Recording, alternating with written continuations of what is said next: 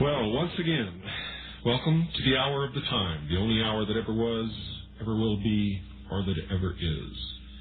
This is the hour during which you will decide your future and thus our collective futures. Tonight we have a very special guest with us, and we're going to be talking about suppressed technology that was developed many years ago and has been kept hidden from the general population of not only this country, but the world. We've talked a little bit about this on other episodes of the Hour of the Time, but tonight we're going to go back to the origins. We're going to talk about it in depth, where it came from, who's developed it, is it real, is it not real? And by now, those of you who have been listening to this show for some time probably have realized that once again we're going to talk about UFOs. I first met this gentleman during my lecture tours several years ago, when I began to notice that right in front of my podium in the first row, the same gentleman seemed to be following me around the country and always had very penetrating questions to ask.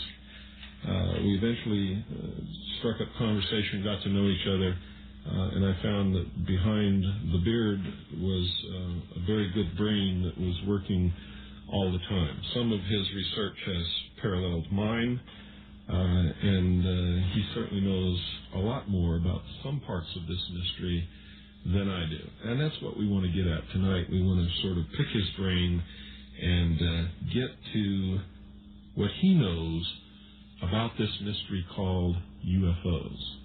His name is Vladimir Terziski, and he is originally from Bulgaria. And Vladimir, welcome to the Hour of the Time. Thank you very much, Bill. I'm very happy to be a part of this great show, probably one of the best shows on the West Coast. Thank you. Definitely a non-American show without any commercials, intellectual show that would make people to think, something that seldom happens here. More easily one can find such a show in Europe, for example. Well, you know a lot about that because you come from a country that was traditionally, you weren't allowed to have any freedom of speech at all, were you?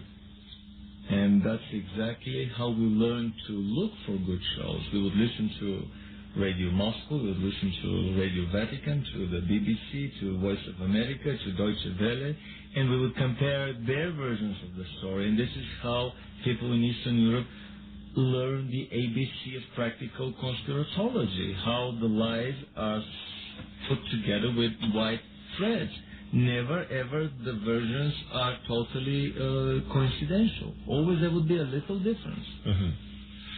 How did you get to be in the United States? What brought you here, Vladimir? Well, I came as a political refugee in '85. Spent a year in a refugee camp in Vienna, studied German at the Vienna University at the time, waiting for my visa. Arrived in Arizona in '85, studied 1 year of sociology at the Arizona State University and continued for 2 more years at UCLA.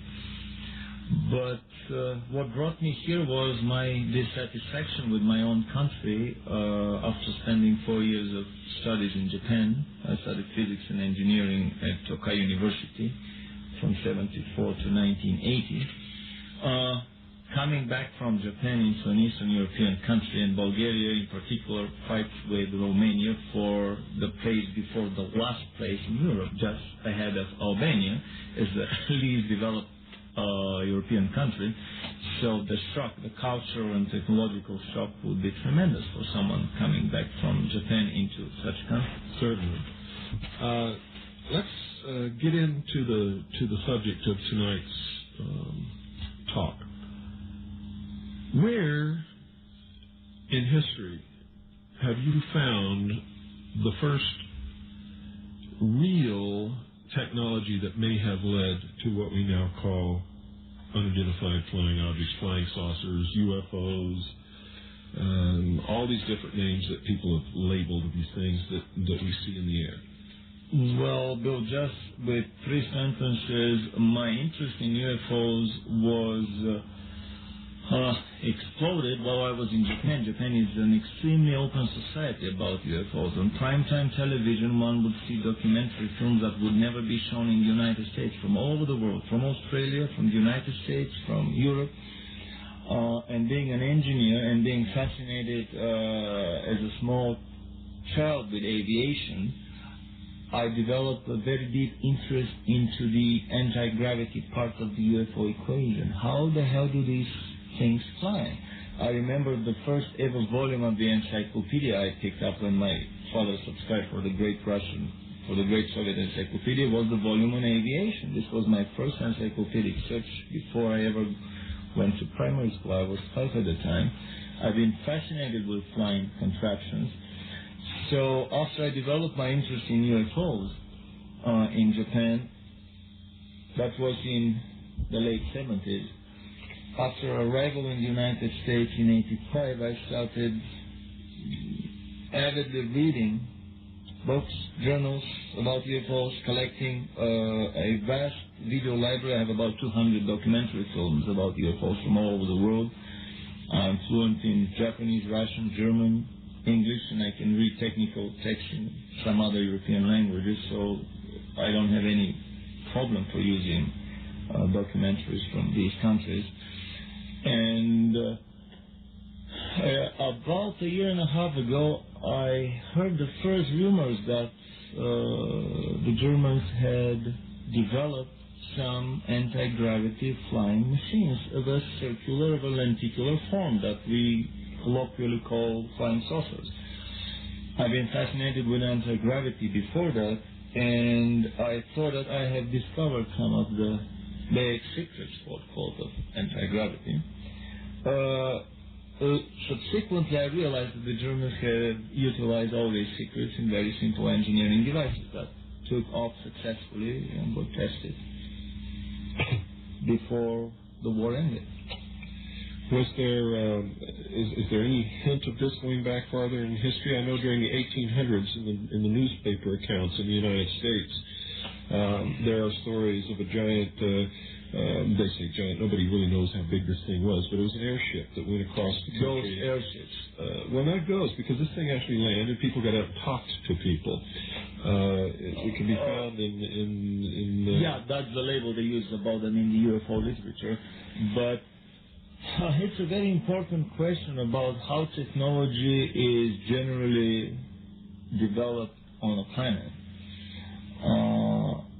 I'm of the opinion that secret societies, hermetic sciences, secret brotherhoods have been safekeeping, safeguarding, developing, and using elite knowledge that has not been accessible to the general public for the last 5,000-6,000 years.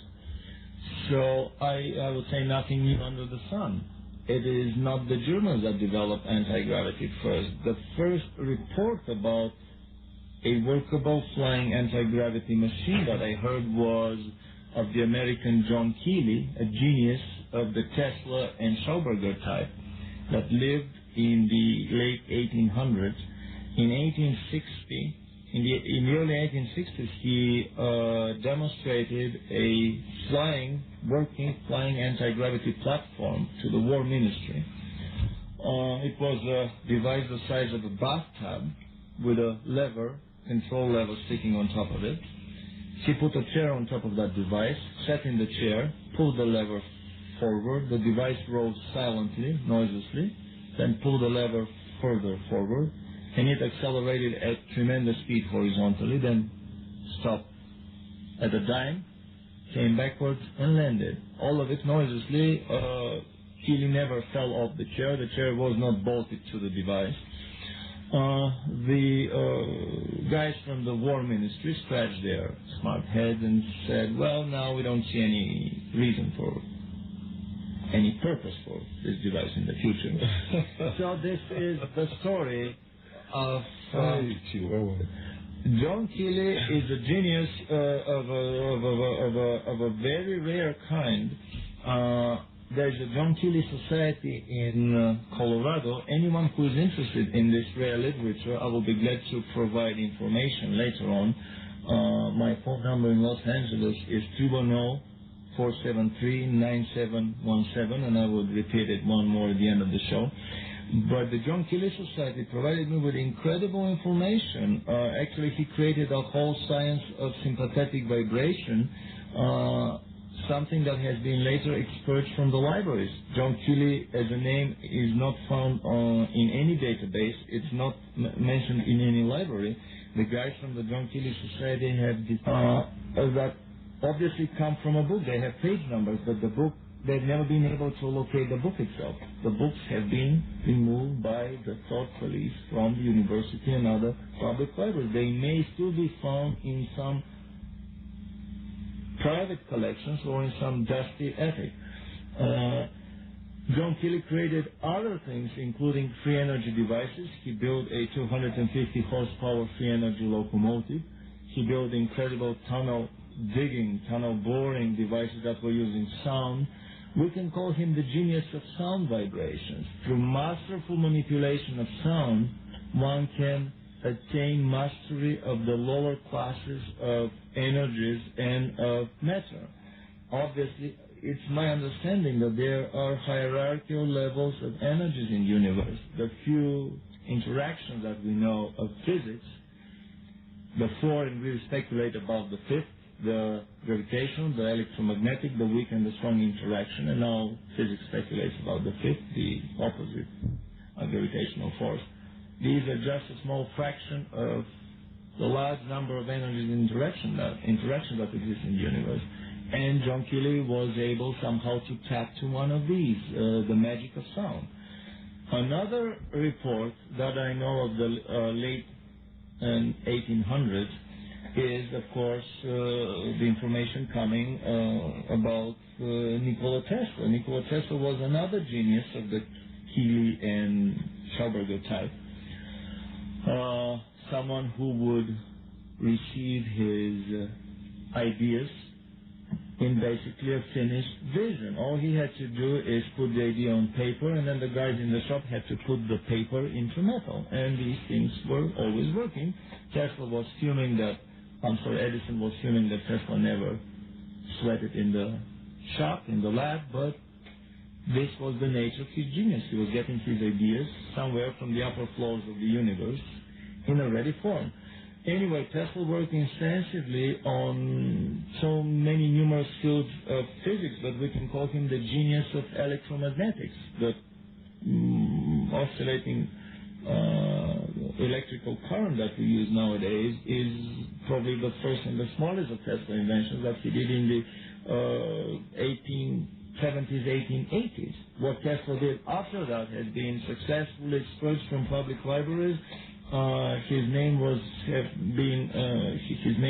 been downplayed. I've even seen photographs of his image airbrushed away from a photograph of a group of scientists at the Institute for Advanced Studies at Princeton, where Einstein happened to be in the same photograph. Obviously, if someone is in the same photograph with Einstein, then he is not just any scientist. He's a major scientist. Anyway, my feeling is that the stories about the ghost airships of the late 1800s are probably true, that these have been secret engineering projects, let's call them black projects, financed through shady financiers, private financiers, by the bankers and the Illuminati and the secret societies behind the scenes. The fictional book Genesis and its prequel Inception by Harbinson are, in my opinion, a very true story, in my humble opinion, a true story of how the secret societies develop new technologies that are never divulged to the public, at least for 50 years. In that story, they have the creation of airships way before the turn of the century. They even mentioned the existence of a turboprop biplane that crossed the Atlantic before the Wright brothers plane flew. They even intimate that the Tunguska explosion in, I think, 1905 or 1908, somewhere there, was actually an explosion of a crude nuclear-powered flying device of a saucer shape that was created by a brilliant American scientist named Wilson. Of course, 2/3 of this fictional novel is about the research and development in anti-gravity and the creation of a large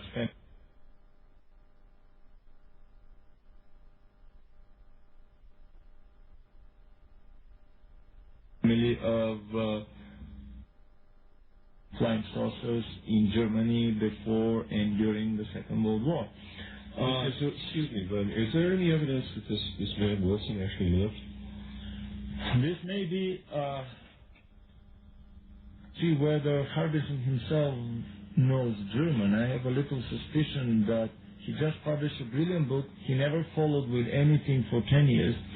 And if he doesn't know German, then it would be obvious for me that he just got this material as a big, thick file from somewhere, we all know from where, and he was asked to write one nice book, probably a bestseller, because this is one of the many skeletons in the closets of the secret societies and the government black project that they won't eventually be taken out to the public, that they want to wash one more piece of dirty laundry. So you think Genesis may have been something like Missing Time or Majestic by Strieber? Yes. In my opinion, the book Genesis, because the part of Genesis that I investigated thoroughly, the part about the German flying saucers, turned out to be many times beyond what was discussed in Genesis. I mean, the Genesis was a gross understatement of the German anti-gravity research and development effort. Well, let's go to one more item. So Tesla is known to have developed anti-gravity using an electromagnetic principle. John Keely developed anti-gravity using vibrational sound techniques. And I have a suspicion that both of these anti-gravity devices were free energy devices, namely flying transformers of energy that would transform types of energy that we have not discovered, we know very little about yet, into energies that we know about a little bit more and we can use as mechanical work. I mean, electricity or just mechanical work. So I have a feeling that some of these airships of the late 1800s were the first experimental devices utilizing the lift of hydrogen and possibly helium. And I also have a suspicion that they may have had some hybrid anti-gravity drives installed in them because of the strange designs that I see. I tend to believe in drawings when I see them in the paper because people's eyes are a very good optical, how should I say, image processing and data storing mechanism, in my opinion.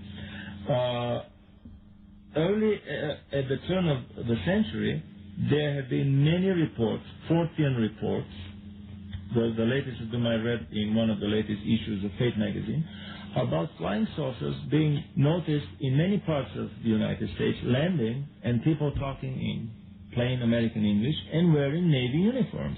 I have a feeling that these are the first and secret black project anti-gravity vehicles developed with Tesla technology by the Navy, for the Navy, financed by the secret societies and the bankers. And so we see a whole line of secret sciences developed. These are not all the secret sciences that are developed by the secret societies. This is less than 5%, less than 1% of the secret sciences that are developed in parallel in faraway farms by shady financiers, by crazy scientists. My feeling is that probably all the films that, science fiction films that we've seen about crazy scientists in Frankenstein in labs are exactly that. Secret black project financed by the terrestrial secret societies. So by the time the Germans came to power, I have found at least 5 instances of anti-gravity craft developed on this planet. The latest instance is the lenticular aerodyne by Henry Coanda, Frenchman. I have an engineering drawing of this device.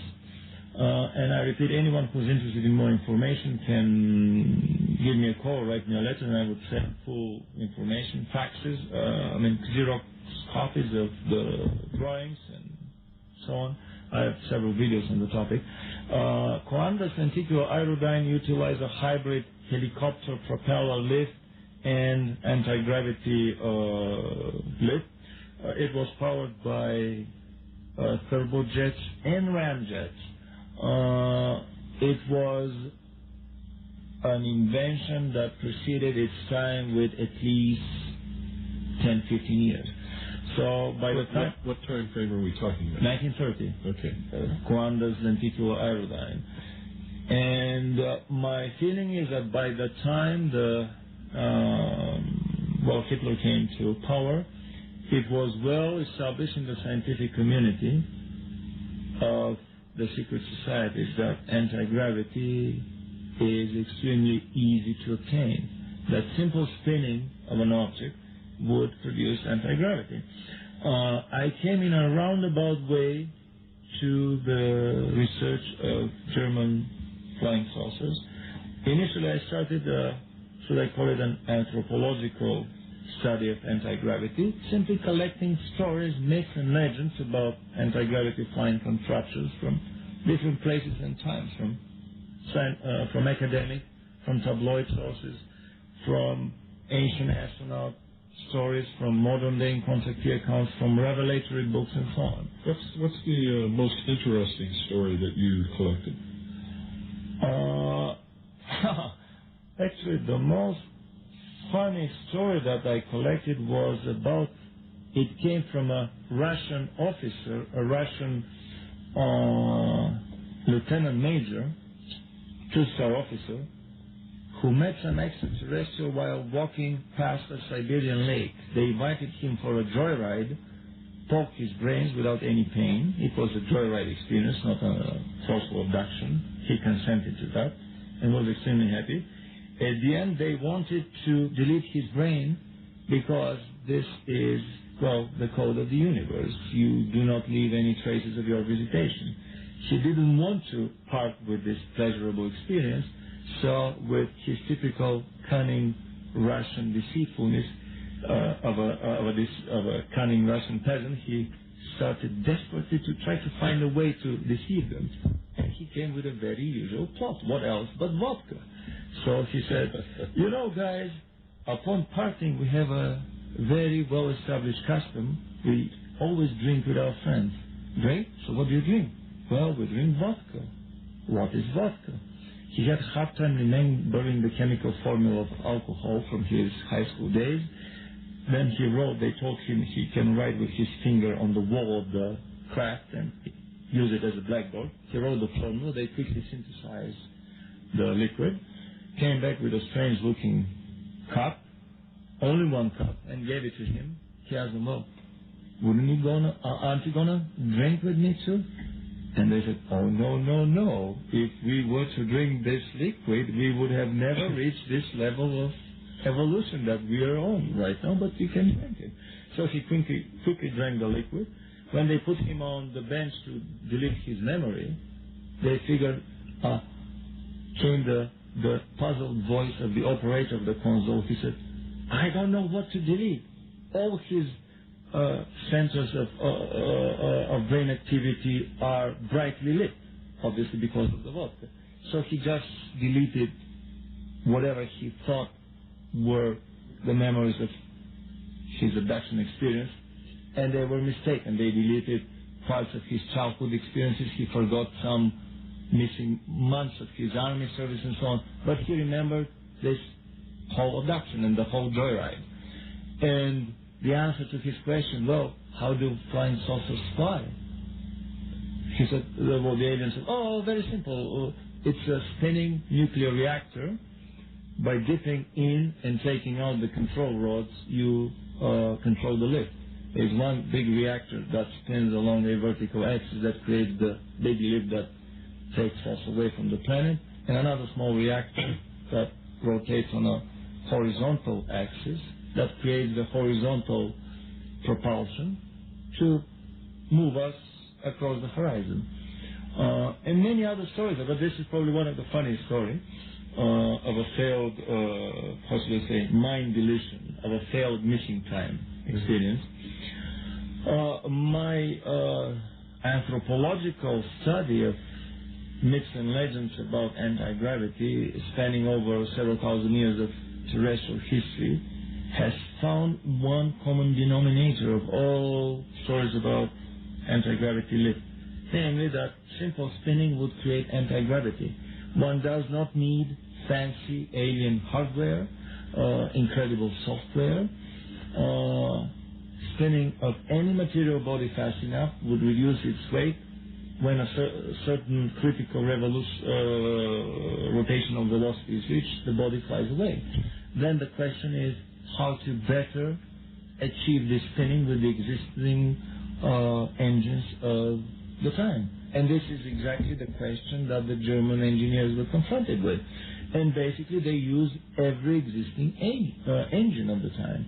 I have discovered drawings, sketches, and stories of flying saucer devices powered by gasoline engines with propellers, powered by Wankel engines with propellers. I even have a suspicion that the very Wankel engine itself was created to power a flying saucer because... You're talking about what we call a Wankel? Wankel, yeah, the Wankel engine, because of its rotational symmetry, it can be used to spin the craft one way while the piston inside spins the other way. There is a question of balancing that I haven't figured out yet, but this is just a suspicion of mine. Beyond the internal combustion engines, the Germans used any other engine that they had. They tried turbojet engines, pulse jet, ramjet engines, and rocket engines. They tried them in an outboard configuration and an inboard configuration.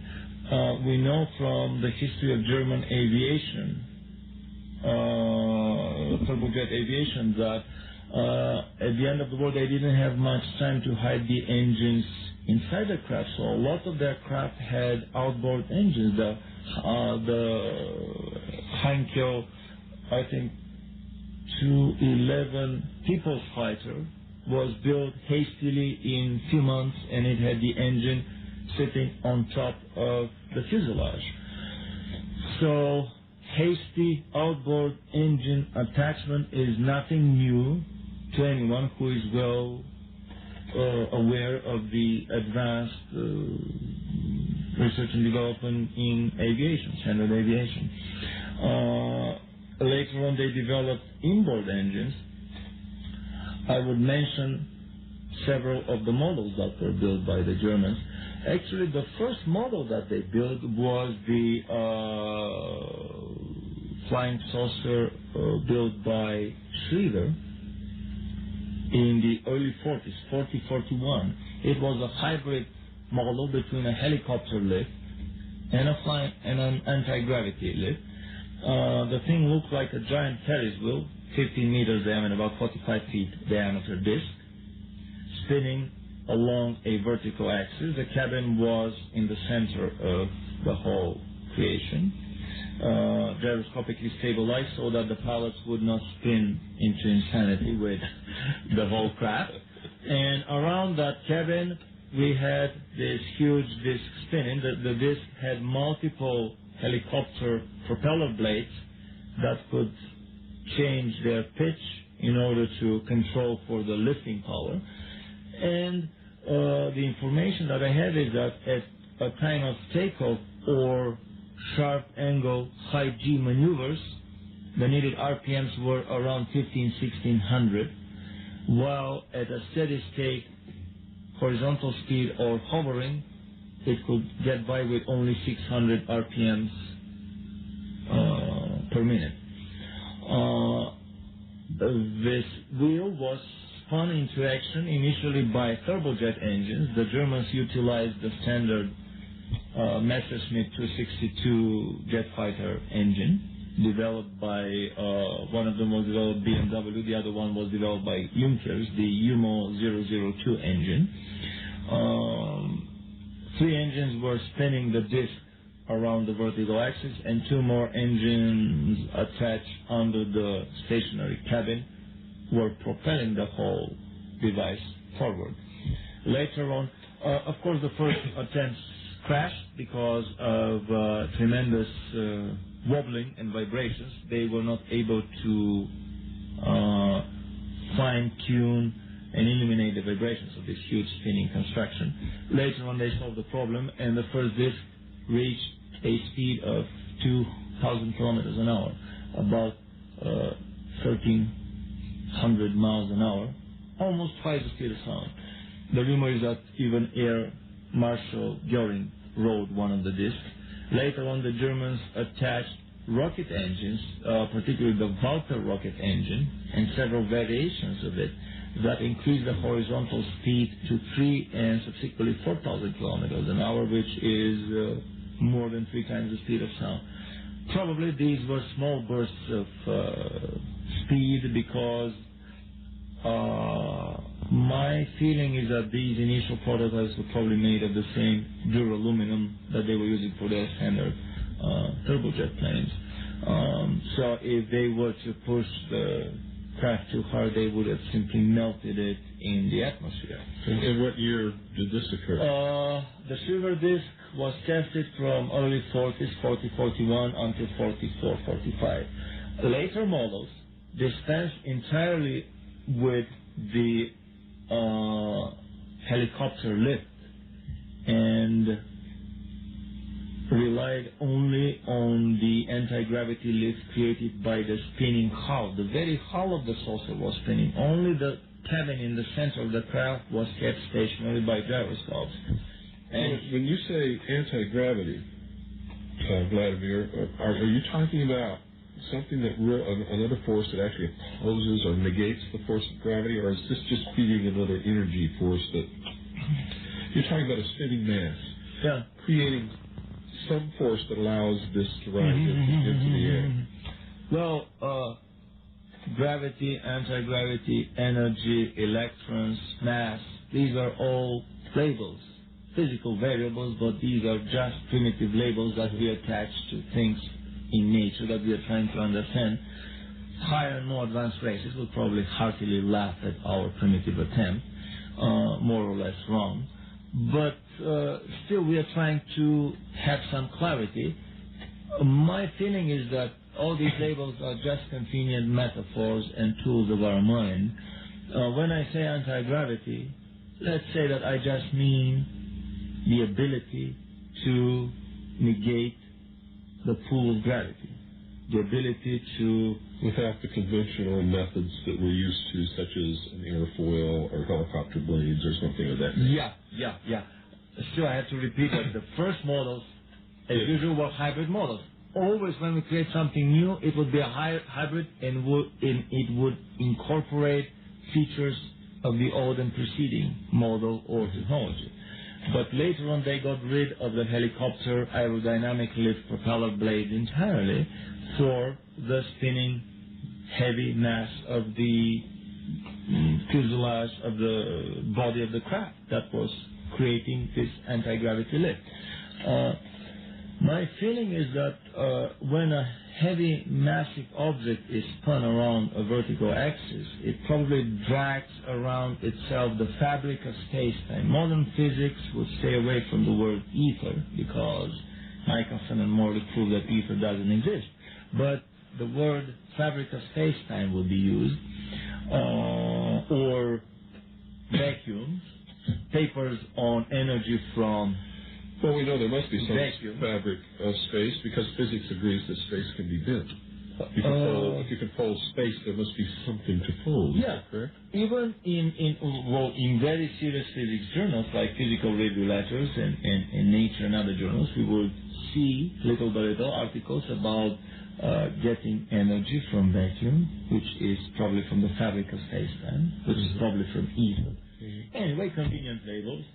But my feeling is that working anti-gravity drives probably drag and spin around themselves the fabric of space-time, creating an etheric vortex, a whirlwind. You said something that I find very interesting. You said the fabrics of space-time, and it's always been my contention that these machines are time machines. What do you think about that? A very good point.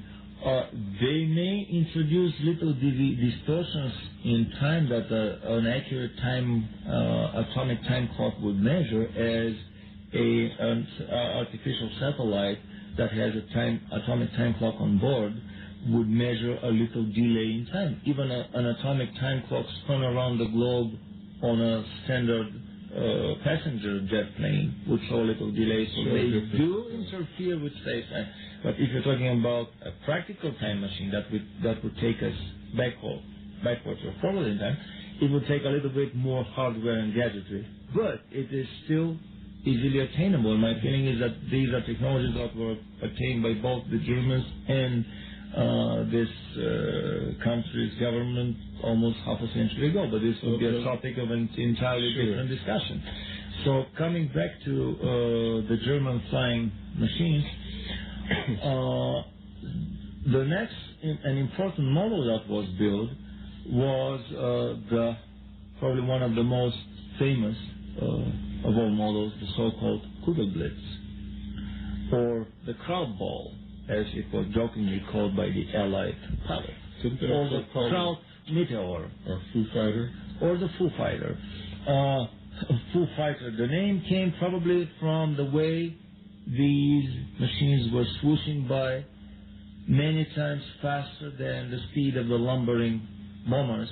A bomber would make 300-400 kilometers an hour. A Messerschmitt would make 650. A Foo Fighter would make 1,500, 2,000, 2,900 kilometers an hour. For them, bombers were sitting ducks. Even fighters were sitting ducks. So the name Foo Fighter is a very good name. It just conveys the image of the idea of the situation, how fast these machines were swooshing by. Renato Vesco, who is let's call him the Italian Werner von Braun, the research and development boss of the Italian Air Force before and during the Second World War, in his brilliant book that was also kind of removed from the libraries and has been stopped from publication. The book is called Intercept But Don't Shoot, or Intercept UFO, originally published in Italian and probably shortened in its British release, even more shortened in its American release. Yeah, I have a copy of his book and I've read it, and he says basically the same thing that you're saying. Exactly. In his book, he traced the whole development of anti-gravity in Germany, but he stopped short of many interesting developments. He is basically talking about the lower 1, 2, 3 levels of this research and development pyramid, omitting the most interesting top levels, top tiers of research. In that book, don't you think that in the position that he occupied with the Italian government, that it was probably wise of him to do that? Maybe he couldn't write more. What he wrote about was incredible to me, and he documented every bit of it. I mean, he's listed the he knew what he was talking about. Yes, absolutely. And he's a brilliant physicist and engineer. This is a highly technical book written in a popular language by someone who is a physicist and engineer, no doubt about that. And there he mentions about 3,000 accounts of attacks of Foo Fighters on Allied bomber formations with devastating consequences for the bombers. I mean, it was no matching game. But these Foo Fighters didn't really shoot at the bombers. Well, they were so advanced they didn't have to shoot. What they did was totally annihilate the electrical system. Exactly. At the beginning, they were just following the bombers. Probably the Germans were ironing out the tracing, the following technique, the techniques of following a bomber formation without getting too close, without being too far away. These were remote-controlled weapons platform, vertical takeoff. They had remote television navigation, remote sensing, acoustic, electromagnetic, infrared sensing, that were 10, 15, 20 years ahead of their time. Yeah. They could automatically escape when fired upon. So when the attacks began, these Kugelblitzes were using extremely strong electromagnetic radiation to fry the amplifiers, the receivers of the Allied bomber radars, to blind them so that they couldn't find their goals.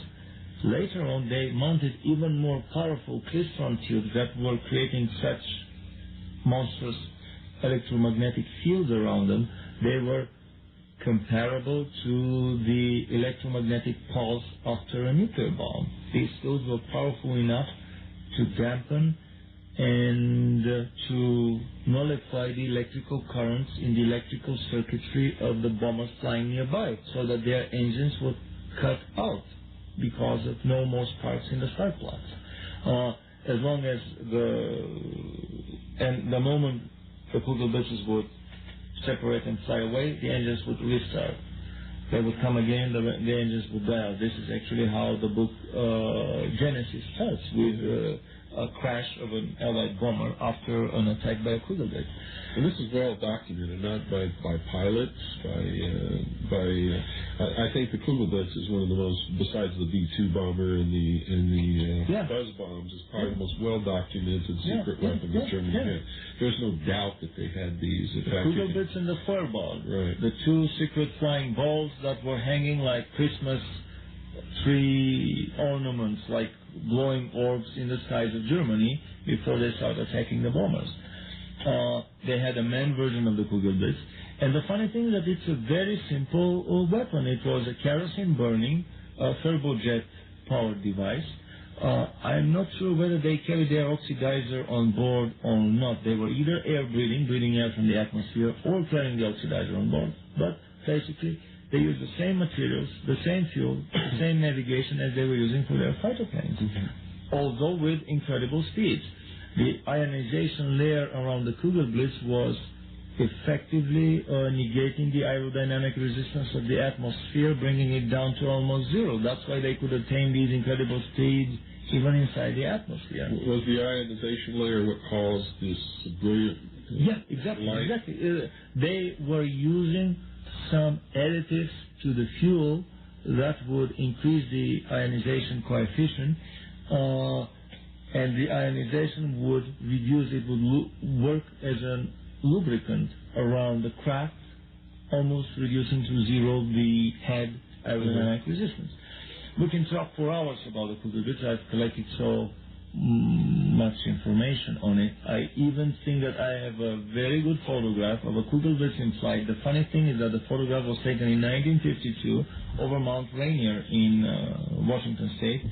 And my suspicion is that this Kugelblitz may have been test flown out of the secret British research and development facility, a huge city for 50,000 people that was built in Western Canada in British Columbia. And this is the direction from which the first big flying saucer flap came from, the nine saucers formation that Kenneth Arnold saw. Right. And Renato Vesco in his book even mentions that when some of these saucers that Kenneth Arnold saw crash, some porous metal was found at the crash site. The porous metal, what the Germans call the Luftschaum, the air foam, was exactly the porous metal with these microscopic micron size or whatever size, miniature size pores, holes that were like a beehive. As a thinner than that, smaller than that. I didn't mean to say beehive. I meant to say honeycomb. What's a honeycomb? It was actually one of the first composite materials made with sintered with powder metallurgy. I mean, the Germans developed not only advanced aviation technology, but they developed powder metallurgy that was ahead of its time, and metals that were ahead of the time with more than 100 years. The so-called metal, the impervium, that was harder than diamond, was developed by them and using these machines later on. I've heard stories that a piece of impervium was held toward a diamond grinding wheel. put on an electric motor, electric diamond grinding wheel, until the wheel started glowing red hot because of the frictional temperature coming out of the friction between the impervium and the wheel. But the impervium never melted and never ever was anything grounded away from it. So these stories it was about harder than diamond. So these stories about crash flying saucers where they couldn't cut the metal and they couldn't burn the metal, that doesn't mean that it wasn't made here.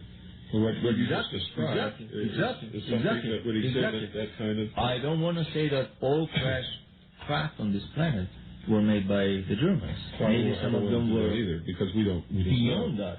But we do know. But we do know that we have developed this technology. But the whole set of technologies needed for a crash disk scenario or even a little gray abduction scenario were created by the Germans 50 years ago and have been in the government arsenal of all superpowers for half a century. Sure. So going back to the German discs, after the Kugelblitz and the Feuerball, which is the second version of the Kugelblitz, and it was a main version, the Germans developed their first enlarged drawing, the mega project, the Balancen-Miete Schreiber disc, which was their first operational fighter saucer. It was a standard turbojet craft. A turbojet saucer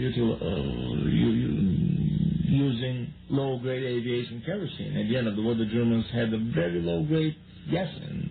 I mean, they were running on octane numbers that few Allied machines would ever move.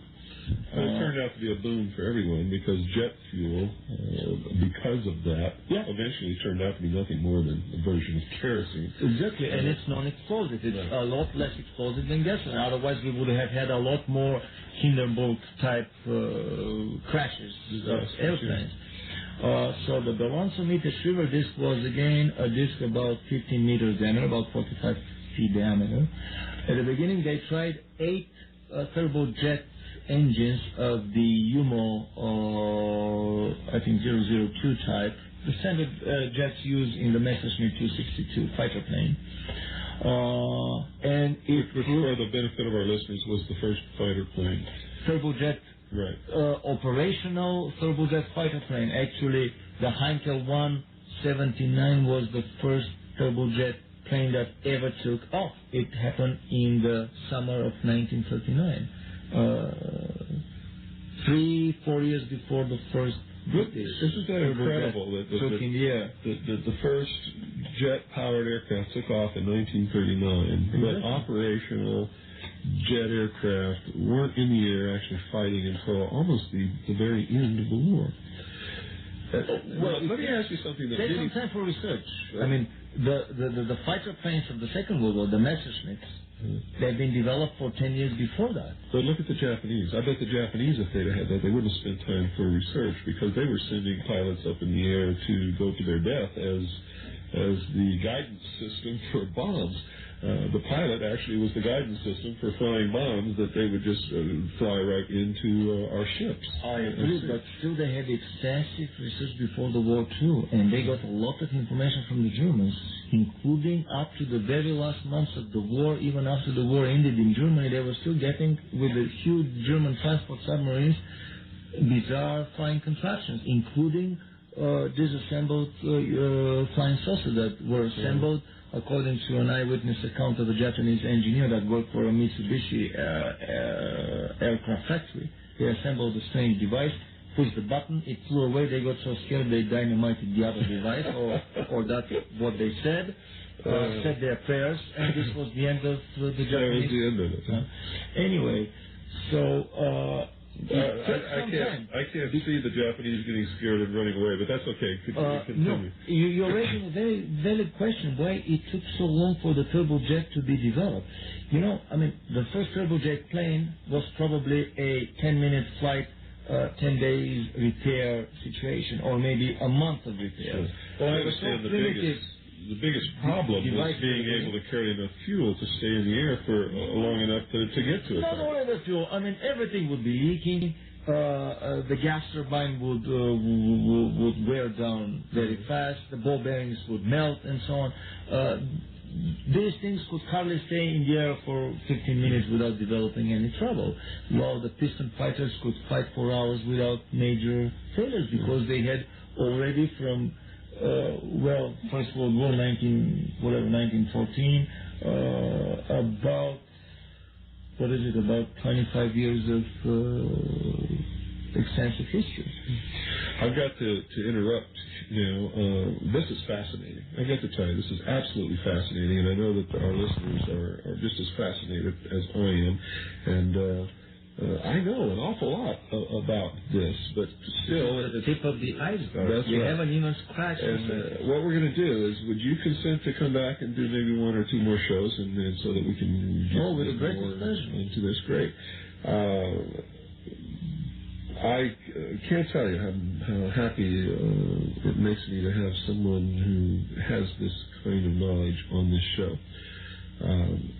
It's something that everybody needs to understand, that technology has been developed in secret and withheld from the common man for so many years that a lot of, for instance, in the United States, right now, every year the United States government spends $90 billion, that's billion with a B, dollars on research. On non-black project research, and another $30 billion on black project research. And where is the results of all of this research over the years? And how much of the drug money proceeds go to black project research too? And the printing press funding money going to black project research too. One of my favorite subjects. Well, we can't continue it on tonight, so as always, dear listeners, good night. And God bless you all. Welcome once again to the hour of the time. The only hour that ever was, ever will be, or that is.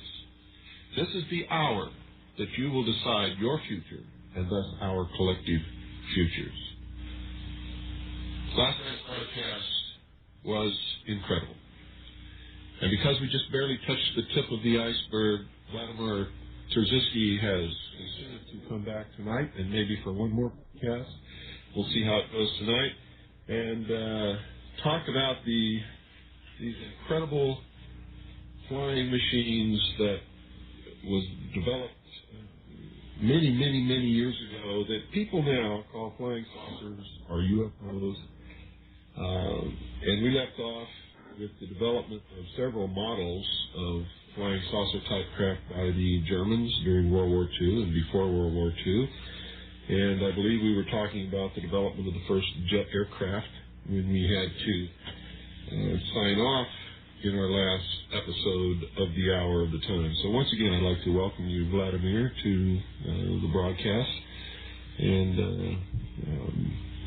tell you once again what a pleasure it is to have you with us and to be able to bring some of this hidden technology out into the open so that the common man, people just like you and I sitting in their living room who haven't had access to this, can finally, for once in their life, begin to see the light at the end of the tunnel.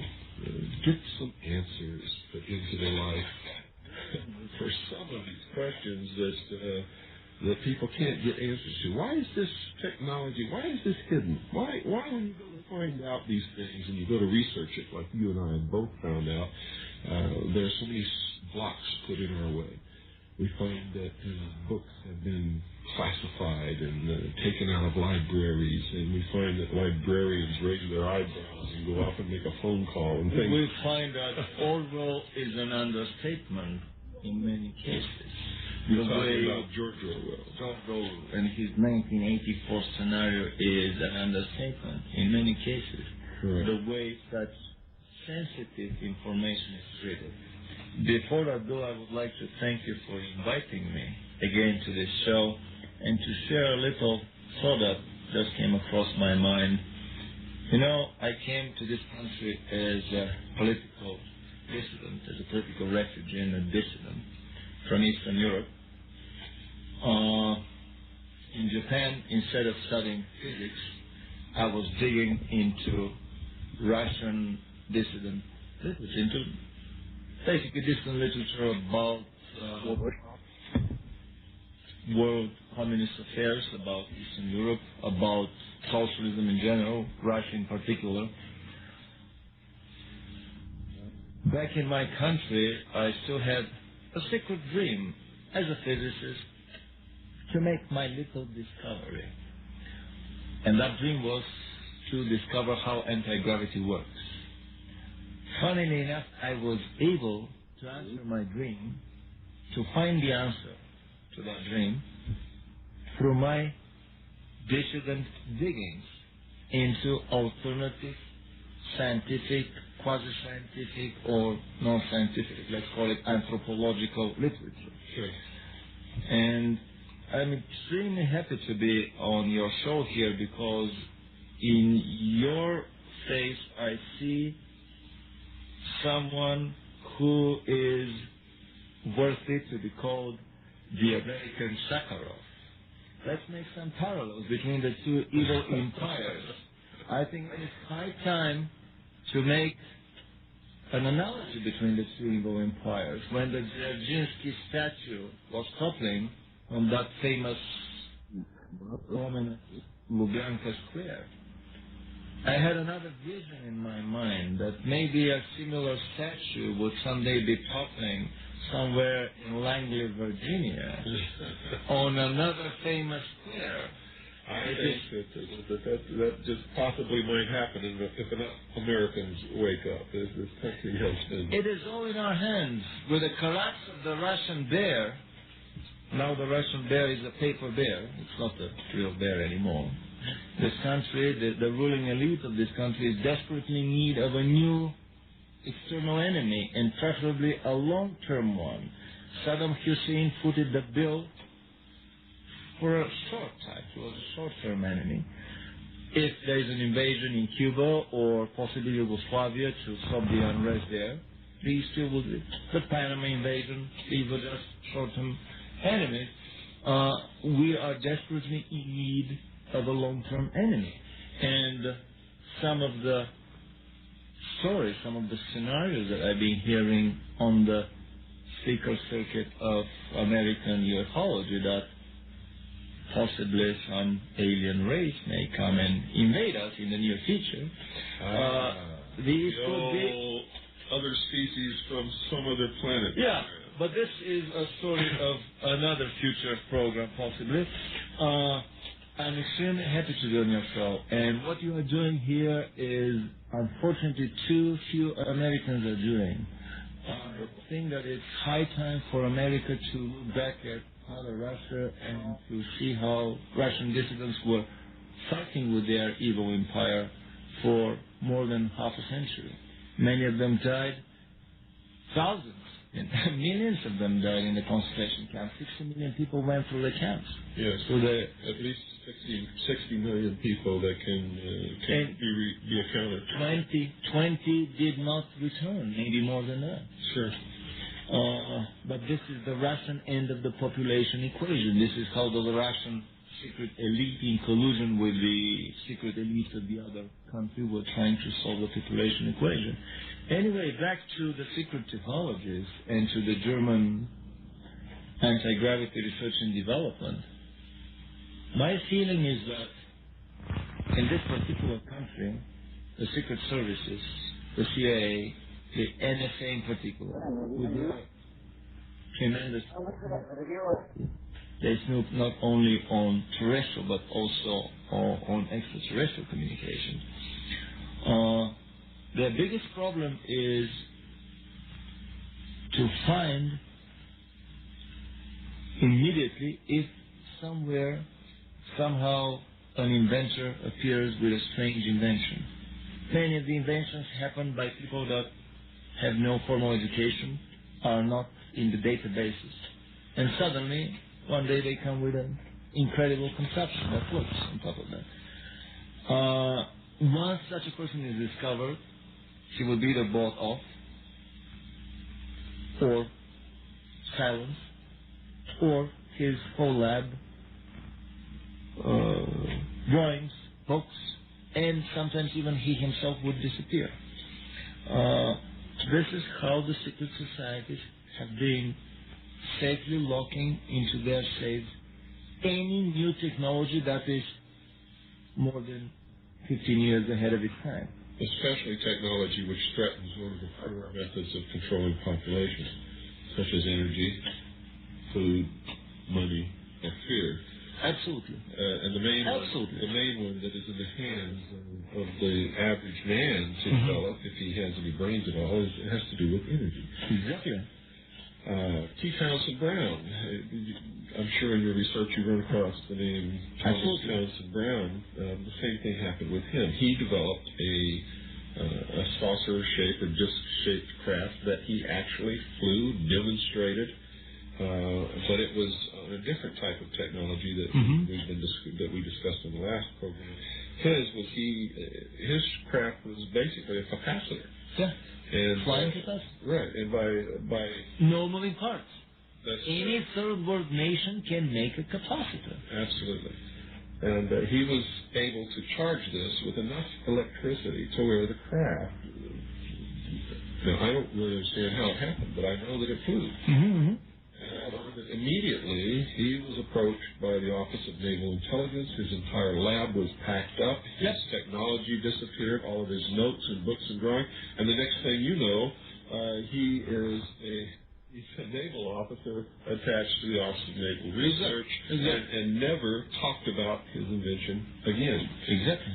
I don't know what they did to coerce him into doing He that. was smart enough to sell himself. Basically, well, he stayed alive. He said, well, I'm going to take all of my technology with you. If I keep my mouth shut, will you let me go and work on it? That's probably what he said. Exactly. And he derived no benefit from any of it for the rest of his life, and certainly it was not used in the war or anything to protect his country, so its use of national defense didn't even... At the time of a phony Cold War, of a Mickey Mouse Cold War, that we know that behind the back of this Cold War, raging Cold War, quote, quote, they had tacit, quiet cooperation in the exploration of the moon, Mars, with the creation of the survival and evacuation colonies there, and way beyond the solar system with doubtfully produced incredible flying saucers, basically along the Star Trek scenario. NASA has actually functioned as the Roman circus in this passion play. Absolutely, and we'll come to that. I think another interesting program that we can do together will be on free energy. This is a topic that I would love to talk, and we can talk as long as we've been talking about German UFOs. So back to the UFOs and back to where we were last night, we ended with the first operational fighter saucer, turbojet fighter saucer, developed as a joint project, mega project, by D'Alonso, Miete, and Schriever, the three luminaries of the German anti-gravity R&D. On its first flight, it reached an altitude of 20 kilometers, which is 6,000 feet. No plane at the time could reach this altitude. At its second flight, it reached 24 kilometers. You said 60,000. 60,000 feet. Okay. On its second attempt, it reached 76,000 feet. And the rumors are that it could make as much as 4,000 kilometers an hour in the subsequent models. From the initial 8 turbojets inside the craft that was spinning the whole airframe, including the fuel tank, but keeping the cabin stationary in the middle, stabilized as usual, the Germans later developed a lot more advanced version that had a single custom-made donut-shaped turbojet engine. If you do a topological transformation in 3D space of a standard salami-shaped turbojet engine, if you flatten it, shorten it, and flatten it to the shape of a pancake, and then open a hole in the middle, you don't need the middle anyway, then you can drop the cabin in that hole, gyroscopically stabilize it. It would not spin. Everything else around that cabin would be spinning. The whole hull of the ship would be spinning one way. The inside of the ship, in this case, the air compressor that is coupled to the gas turbine, would be spinning the other way. incredibly simple. This was kerosene burning, air-breathing turbojet saucer made of the alloys that they were using for their airplanes. The navigation equipment was the same. Everything was the same. They were just utilizing a different physical principle that is so simple and childish. I've been observing publications, even in Scientific American, which is basically a secondary school level physics publication, judging from European school standards. Even in that magazine... I'm glad you say that, because judging from standards here in this country, it's nowhere near a secondary school publication. Our secondary schools have sunk to the level of... I'll tell you the truth. People used to come out of the 8th grade in the 1800s know more about reading and writing and arithmetic than people who come out of our secondary schools in this country today. But that's another subject. But, I wouldn't... Well, unfortunately, I've been discovering that our education system in an Eastern European country that fights with Romania for the place before the last European country, Albania, has fortunately enough, we got our education system from Germany. We just copied everything from there. Compared to our education system, the American public school education system looks like a third world backward country education system, which is no coincidence at all. On the contrary, it's designed to lower the standards of this country, to make it equal to the standards of lesser developed countries, so that the one world government can take place. That's correct. Back to the German craft. So the Bellon-Sunnitis River disc eventually was developed. They utilized this donut-shaped, custom-made turbojet engine. The interesting thing about this saucer is that it probably was able to go into suborbital flights and even into orbital flight. This is a funny story that I've read in a contractee book published by Wendell Stevens, probably one of the best publishers of UFO contractee literature in the country. But in one of the accounts of such a contact with an extraterrestrial race, they mention that they have flying saucers on their planet, several types, but one of the types can fly only inside the atmosphere. And if the pilot gets careless and takes the craft outside and away from the atmosphere, then another craft of an interplanetary capability has to go and fetch the wayward ship and bring it back.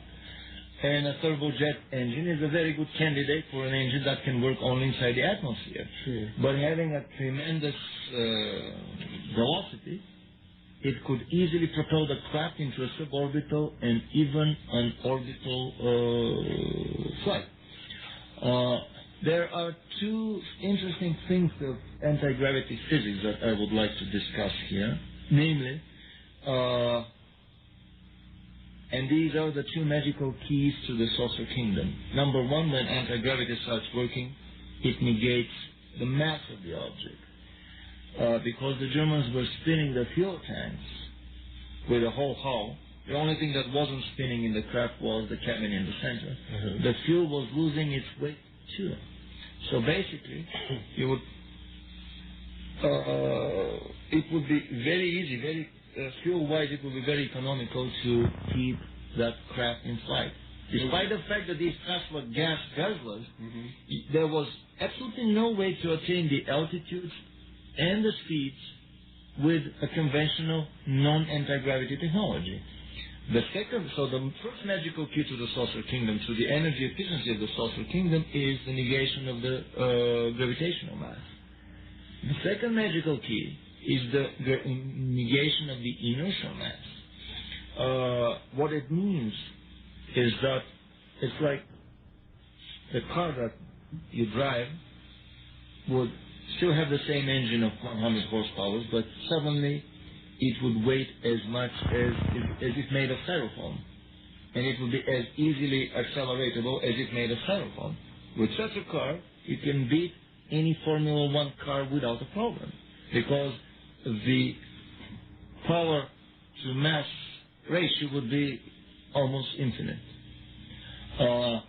So the disappearance of the inertial mass is the second and most important and very carefully covered up magical key to the social kingdom. But it's not covered up very well, because we know the space capsules that we shot into space that have come back to Earth have lost weight. We know this. NASA has released those figures. They haven't explained it, but they have released those figures. And we know that this craft, while it's orbiting the Earth, is spinning all the time. Well, this is a very interesting phenomenon that I've heard several times mentioned before, but I kind of excluded from my worldwide anti-gravity picture. But it's a little bit different phenomena. It proves that gravity is a relative thing, and the force of gravity is a relative thing, and it depends not only on the mass and the difference between two attracting bodies, but on other phenomena that happen, which we can talk later, but which helps us understand how certain physical experiments or metaphysical yogi techniques can both decrease or increase the weight of an object. Gravity is a variable, depends on other physical variables, not only on mass and distance, as our university physics teaches us.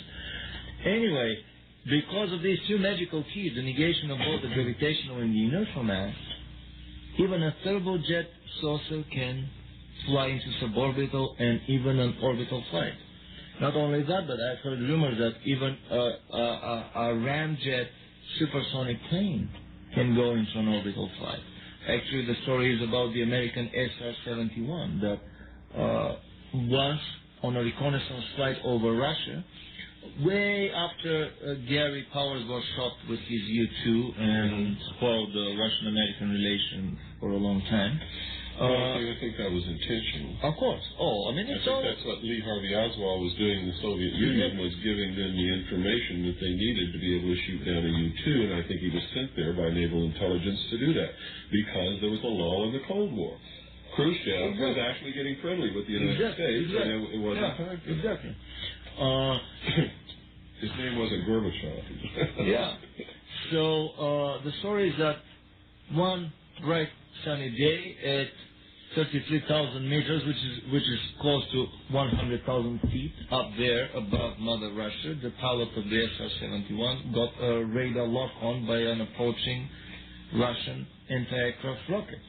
He got scared. He floored the thing to the metal, and next thing he knew, he was in Earth's orbit. This is a rumor. But I've talked to people at Lockheed, and they verified that pilots are dead scared to press the accelerator of that thing, because it would go into suborbital flight until the engines flame out, and then he has to read his paper up there and wait for the thing to re-enter the atmosphere. Go ahead. So it is actually quite easy to go into an Earth orbit with technologies that are different and much easier from the rocket technology NASA and the Russians have been using. And this is all very carefully staged and orchestrated smoke. That we will talk, for the purposes of that, we will talk later. Sure. After the Ballon to meet the Shriva turbojet disk, the natural evolution of, the genealogy of German anti-gravity research and development takes us inevitably to the rocket engines. At the end of the war, the Germans had about 150 different models of all classes of rockets, from small shoulder-launched Stinger-type anti-aircraft rockets to giant two-stage ICBMs. 4 of these were fired in the United States. Did any of them reach the United States? Well, it's an interesting story. I think the first space flights with rockets on this planet happened in the late 30s and early 40s, when the Germans started firing their winged, manned version of the V-2 rocket, which, according to an article by General Walter Dornberger, who was the in charge of Penimunde. And this is a story from... Penimunde was for the rocket research. Yeah, the rocket research. I mean, the German Cape Kennedy. Yeah. On the Baltic coast, almost up north from Warsaw, quite to the east from Germany, away from England and the Allies. So the V2 would reach an altitude of 120 kilometers, which is about 20 kilometers above the usual heights of the orbits of the Vostok, the Gemini, and the Mercury capsule. So the first suborbital flights were not by Walter Schirra in the late 50s, but by Germans in the early 40s, 15 years earlier. The Germans developed a two-stage giant ICBM called the America Rocket, the America rocket. The second stage was a standard V2, but the first stage was, a V2 is about 3 stories tall. The first stage was about 6 stories tall, so the total rocket was about 10 stories tall. We're talking about 10 by 3, we're talking about 30 meters, about 100 feet tall rocket. It's a monstrous rocket, and the size, the height of the assembly hall of the Penimunde production facility clearly proves that this is not a 3-story tall facility. It is a 10-story tall facility. It simply dwarfs the human beings and the railroad cars. 4 of these rockets were fired at the United States, and the rumor is that the second stage was a winged man version on some of these or all of them. These rockets would reach apogee of 350 kilometers. This is the maximum height up from the Earth's surface. You're talking about intercontinental ballistic missiles. Absolutely. And this is a height that's about 3 times as high as the usual space flights. They developed spacesuits, and I just discovered about 3 days ago a photograph of the first German spacesuit, which looks even more sophisticated than the Gemini. The Mercury spacesuit. The Mercury spacesuit basically is a modified high-altitude airplane. Sure. Anyway, so I think these were the first space flights with rocketry on this planet. Back to the rocket-powered flying saucers. At the end of the war, the Germans had about 150 models of rockets and probably more than 100 models of rocket engines running on different kinds of fuel. Werner von Braun was not the only genius of German rocket building. There were many other names that we never heard anything about. Sure. Brent Zenger, Eugene Zenger was another genius of German aviation. He was 29 when he proposed a suborbital space bomber capable of flying halfway around the globe that will be shot in space with a giant first-stage rocket bigger than the America rocket. And initial construction was begun, but they were never able to complete the project. And many other luminaries that, they're being kept completely under wraps. I wouldn't be amazed if I discovered that they were quietly moved with change identities in the United States or other of the superpowers to continue working for the supergovernment. But the first models of the rocket-powered saucers had, according to many articles that were found in German magazines, and I repeat, these articles are extremely difficult to find. They are not in American libraries. Anyone who is interested in obtaining information can write us. My phone number in Los Angeles is 310-473-9717, and I can send a substantial, I have a huge package of visual information. But the rocket-powered craft had, at the beginning, outboard rocket engines. Later on, they hid the engines inside the spinning disc. These craft were capable of exoatmospheric flight because they carried the oxidizer on board. So they didn't have to wait for a careless pilot to take them in outer space. All they had to do is press the pedal to the metal. Carrying the oxidizer on board would take them into Earth's orbit, and if they had bigger tanks, they would go further up and easily to the moon. The larger models of rocket-powered craft were, the first were usually about 10, 15 feet, 30 to 45 feet diameter, but the larger models were all the way up to 150 feet diameter. And I think that these are the candidates for the first craft that landed on the moon, the first German craft. So you think that the Germans went to the moon? Absolutely. And I think that they went to the moon on a truckload or a few truckloads of kerosene and a few truckloads of liquid oxygen or hydrogen peroxide. I think for those of you listening, I want you to know that this isn't as far-fetched as you may think. Somebody certainly went to the moon a long time ago, long before the Apollo space shots. I have in my library, which was printed in 1958, the minutes of a meeting which took a whole year on the colonization of the moon, and this was in 1958. And some of the photographs in that book show very clearly that before we ever left this Earth, at least publicly, somebody already had domes on the moon. And anybody who studies the NASA photographs taken of the moon by the Lunar Orbiter 4 and other of our space shots can clearly see under great magnification anomalous material on the moon that should not be there unless somebody is there building these things. They're actually structures, buildings, domes, tracks of vehicles, all kinds of things. So, and don't be too quick to poo-poo this. I mean, you can go down to your local library and get these books, make sure that they're printed by the U.S. Government Printing Office, published by NASA, and take you a big magnifying glass with you, and you go over those pictures. Spend a few hours and just go over those pictures, and you'll begin to see things, and amazing things. You will not believe your eyes at first until you figure out that you're really seeing what you think you're seeing.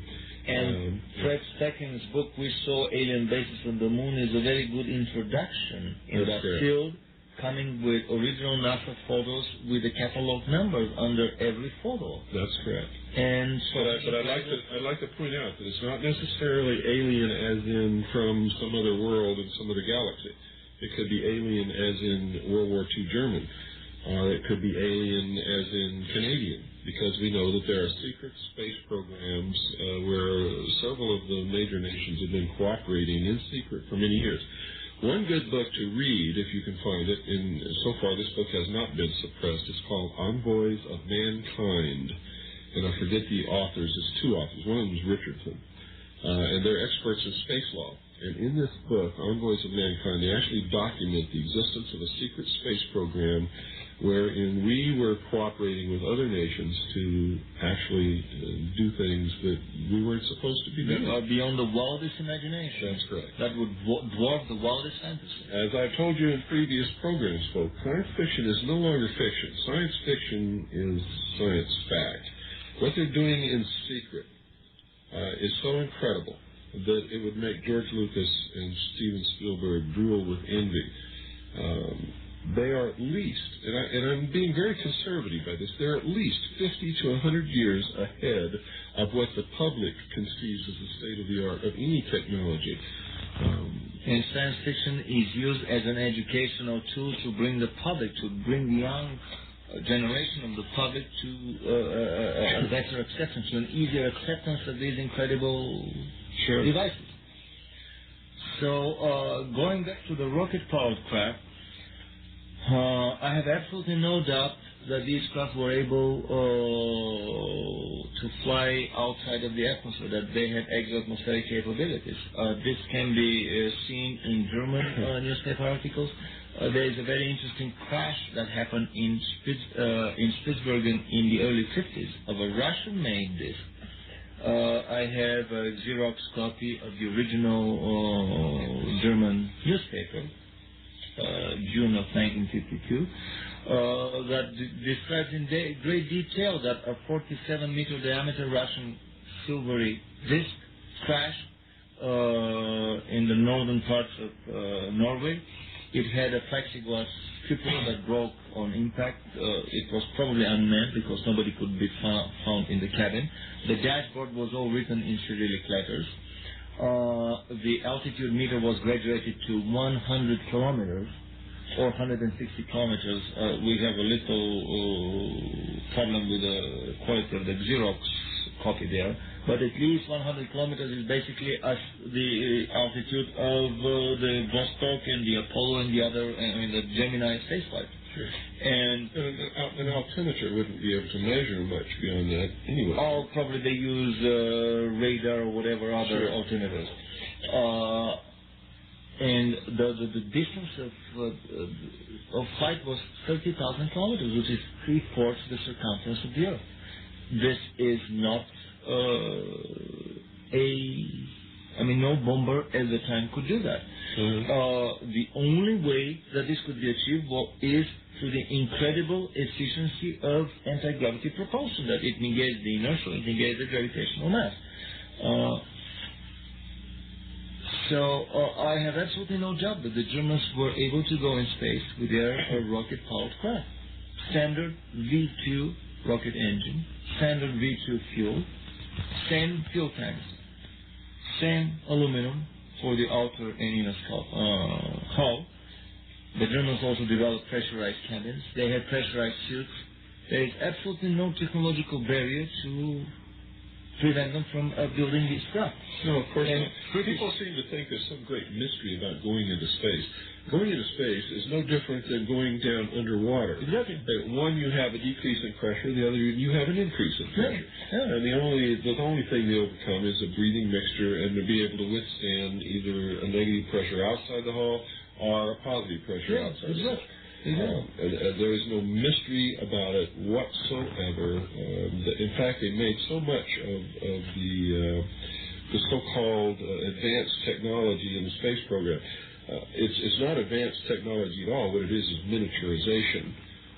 The technology has been around for a long, long time, but what they've done is they've been able to miniaturize it. And also it is a hierarchical climbing into higher classes of energies that are better and more easier able to control the lower classes of energies. Right.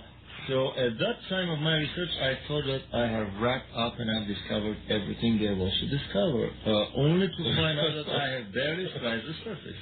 That's what happened to me. Every time I do that, I realize that I haven't even begun. Yeah, all the stuff that I know, no matter how much research I've done, no matter how many books I've read, no matter how many hours I've devoted to studying something, what I ultimately find out that I know is less than a drop in a 55-gallon drum compared to what there still is left to learn.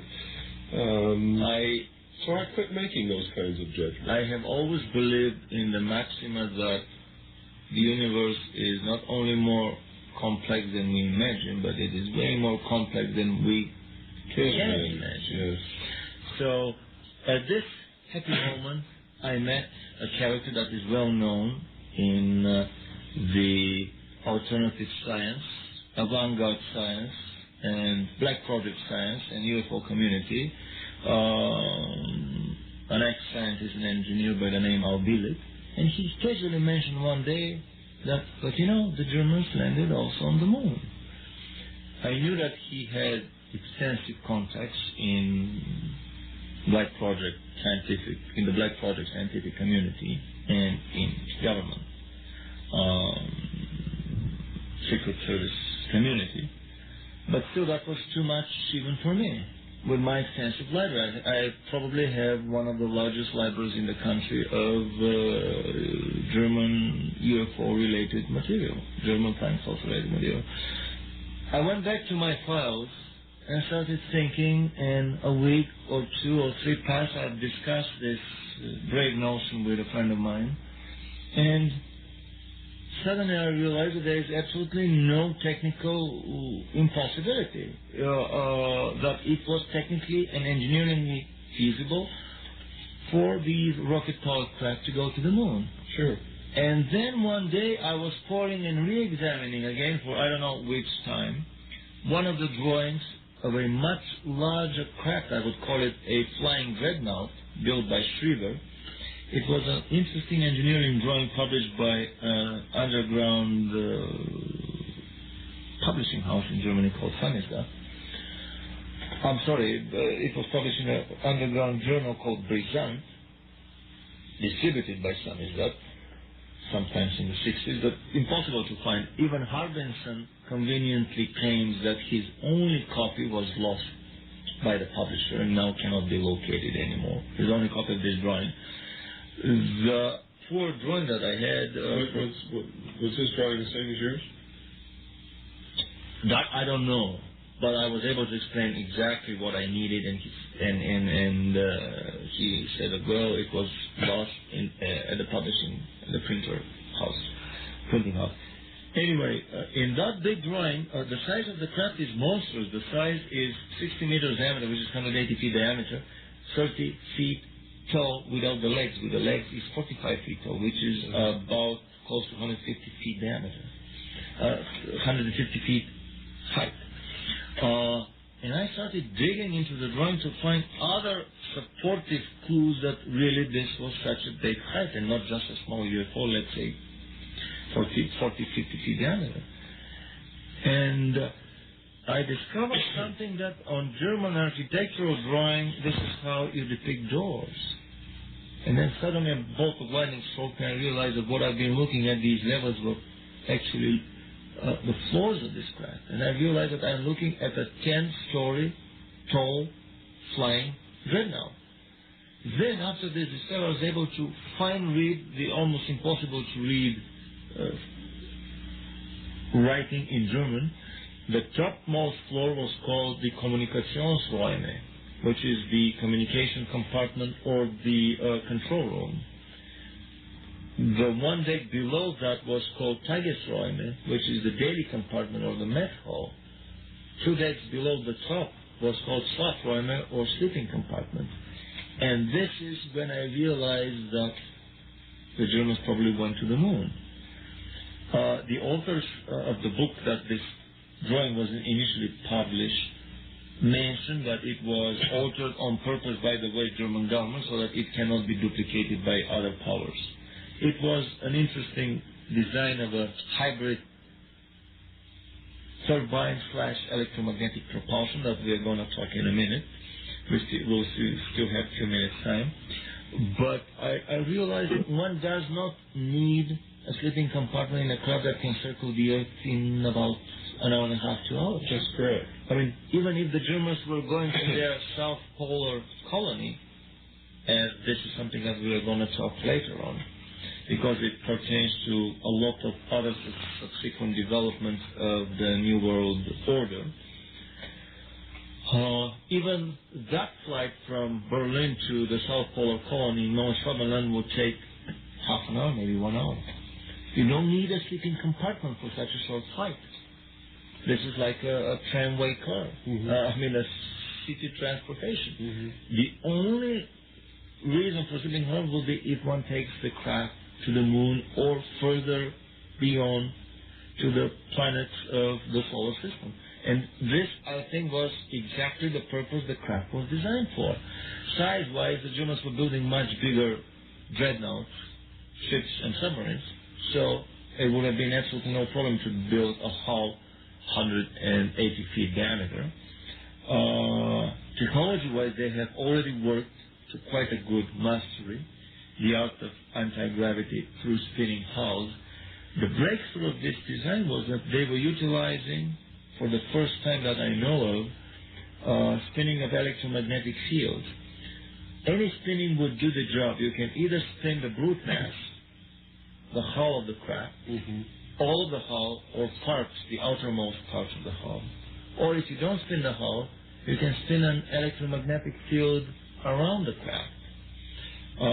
Contactee accounts of UFOs claim that either the hull would be rotating, even if you examine fiction films about flying saucers, like The Day the Earth Stood Still, Not a fiction film, but clever revelatory films, educational revelatory films.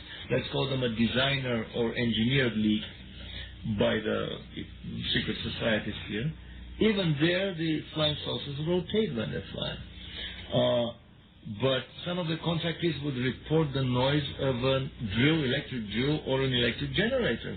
This is simply because an electric generator is a spinning electrical machine. Maybe something spins inside a car.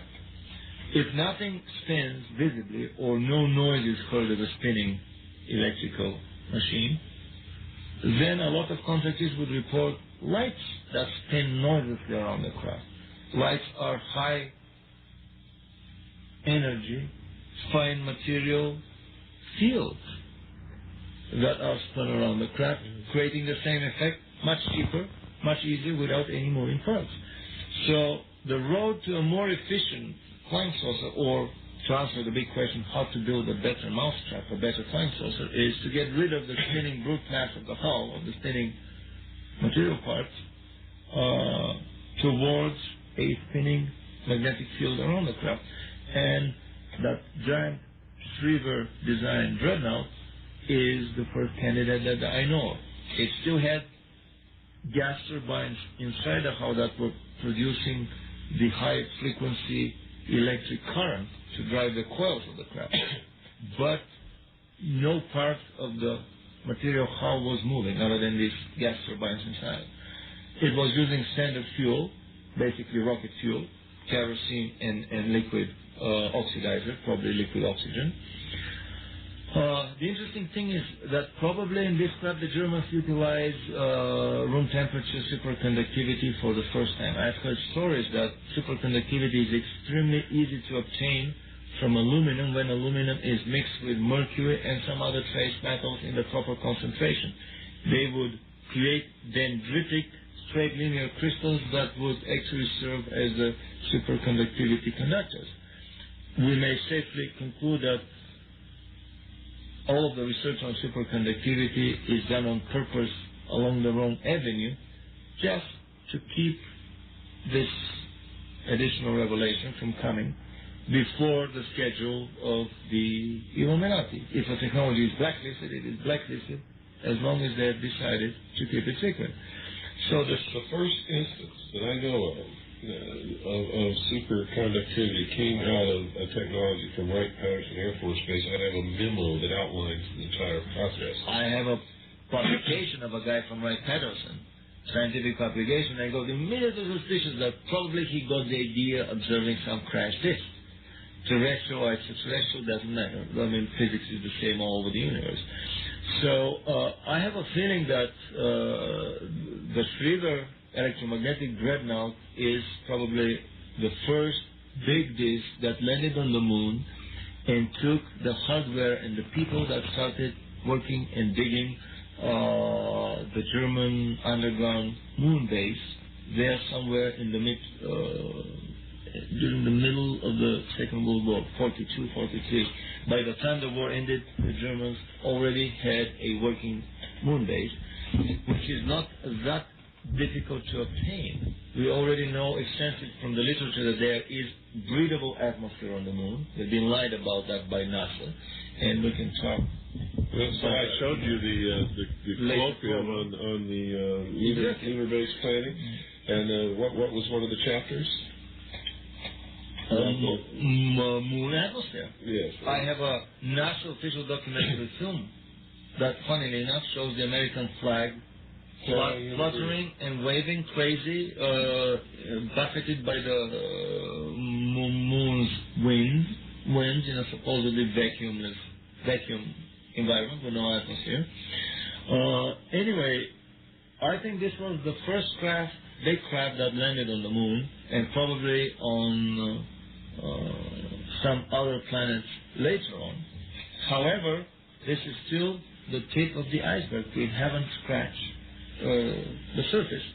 Once more, I will repeat my phone number. Anyone who's interested for additional information, I have several videos developed and an extensive pictorial information, bibliography from German books, German articles from the 40s and 50s, and photographs of these devices. My number is Los Angeles is 310-473-9717. And I think we are approaching the... We've got about 2 minutes left. And once again, the hour question. This just is not long enough, is it? Bill, let's hear a skeptical question. A skeptical question. The golden question mark award for the best skeptical question. I know so much about this that I'm not much of a good skeptic, because I understand that... I'll tell you one then. Most of what we've discussed is probably true.